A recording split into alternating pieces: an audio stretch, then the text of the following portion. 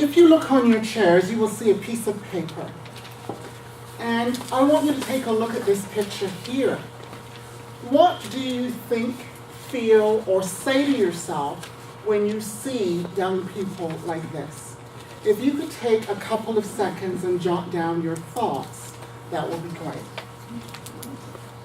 What do you think, feel, or say to yourself when you see a young person like that? I can't quite see it. Turn off the light a bit.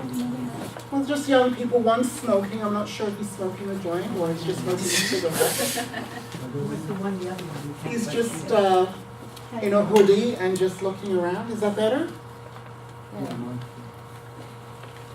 Okay, just take a couple of seconds to jot down your thoughts. If you have a pen. And here's another group of young people. What do you think, feel, or say when you see this group of young people? Can you see it now, Alice? Yeah, I see this one. Okay. So let me tell you a story. A couple of months ago, I found a woman's pocketbook at Brampton Memorial Hospital in the parking lot. When I opened it, it was full of blank checks. Some of the checks, a few of them had a woman's signature on it. Behind the checks was a bank card. Oh my goodness, I held a woman's life in the palm of my hands. I could have just as easily gone to the bank and wiped out her account. But that's not me. I knew I had to return this pocketbook to this woman. So, on a Tuesday, when I was supposed to be going to Toastmasters, I put gas in my car and I went to Mayfield, which is just a few streets north of where I lived. As I got into the driveway, it was as if it was dusk. Dusk was falling, but it was as if the house had already been put to sleep. The shutters were closed, the curtains were drawn, there was no light. I walked up to the house, and I could hear the TV going in the background. I knocked on the door. There was no answer. Sorry, I rang the doorbell first. There was no answer. I rang the doorbell again. There was no answer. And then I knocked on the door. Slowly, there was a shuffling and a scuffling in the background. A woman slowly opened the door and oh so gingerly poked her head around the door. She was about 70 with pink rinsed hair. She didn't ask me, "Who are you?" She didn't ask me, "What do you want?" She just took one look at me and said, "No, go away, I don't want it, go away, leave me alone," and began to close the door. Here, I said. "I've got your pocketbook. You dropped it at the hospital. Here."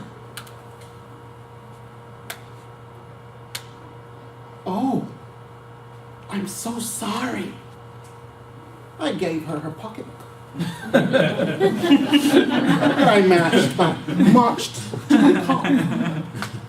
It wasn't until I got to my car that I realized I wasn't angry. I was hurt. Why? I had been stereotyped. Stereotypes, what are they? Unfair and harmful judgments, generalizations we make about a group of people without checking the evidence. As I started to drive home, I began to ruminate on what had just happened.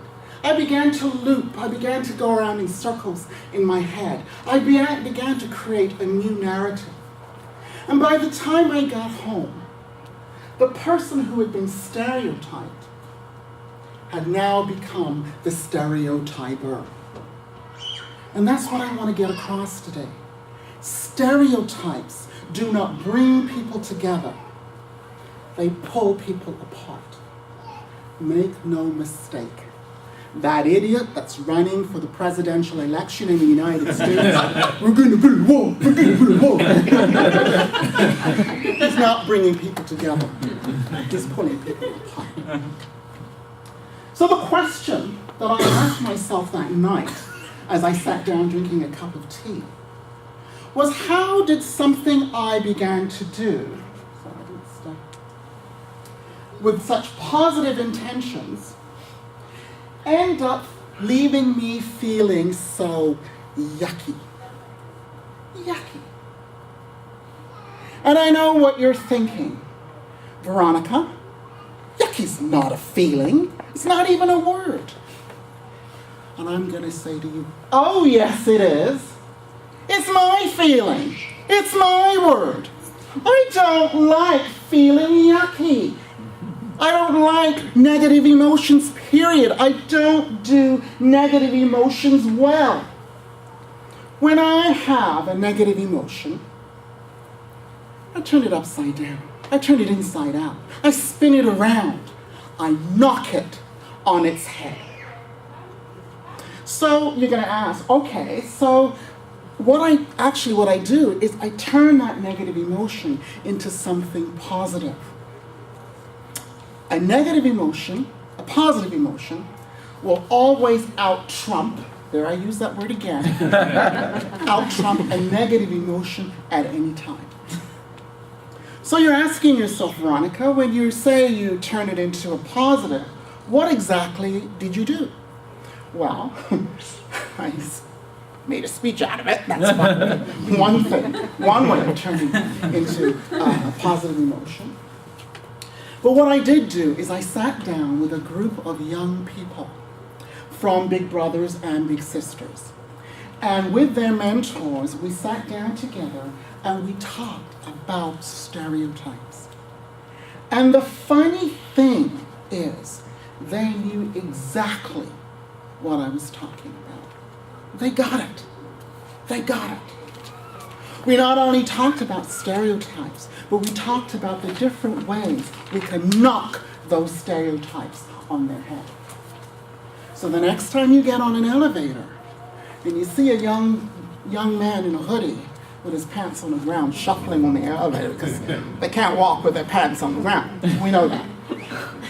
But when you cringe, hold on to your purse tightly, and that young man says, "Good morning, how's your day?"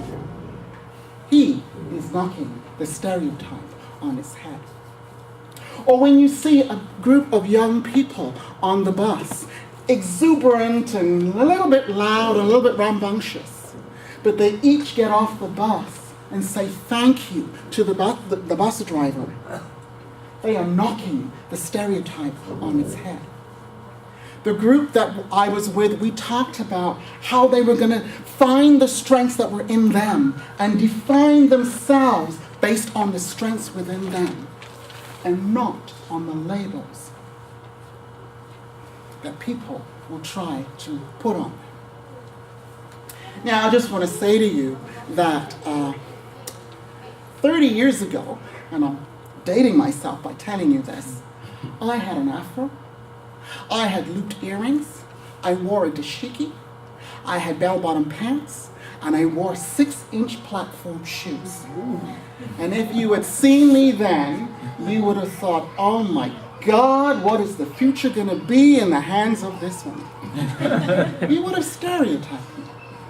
But I want to say this, whether you're fat or thin, whether you're short or tall, whether you are black or white, whether you are young or old, every person in this room at some point in time will be stereotyped. How will you knock it on its head? In the beginning of my speech, I showed you some pictures of some young people, and I asked you to, what adjectives would you use to describe them? What did you feel about these young people when you saw them? Take a look at the things that you wrote.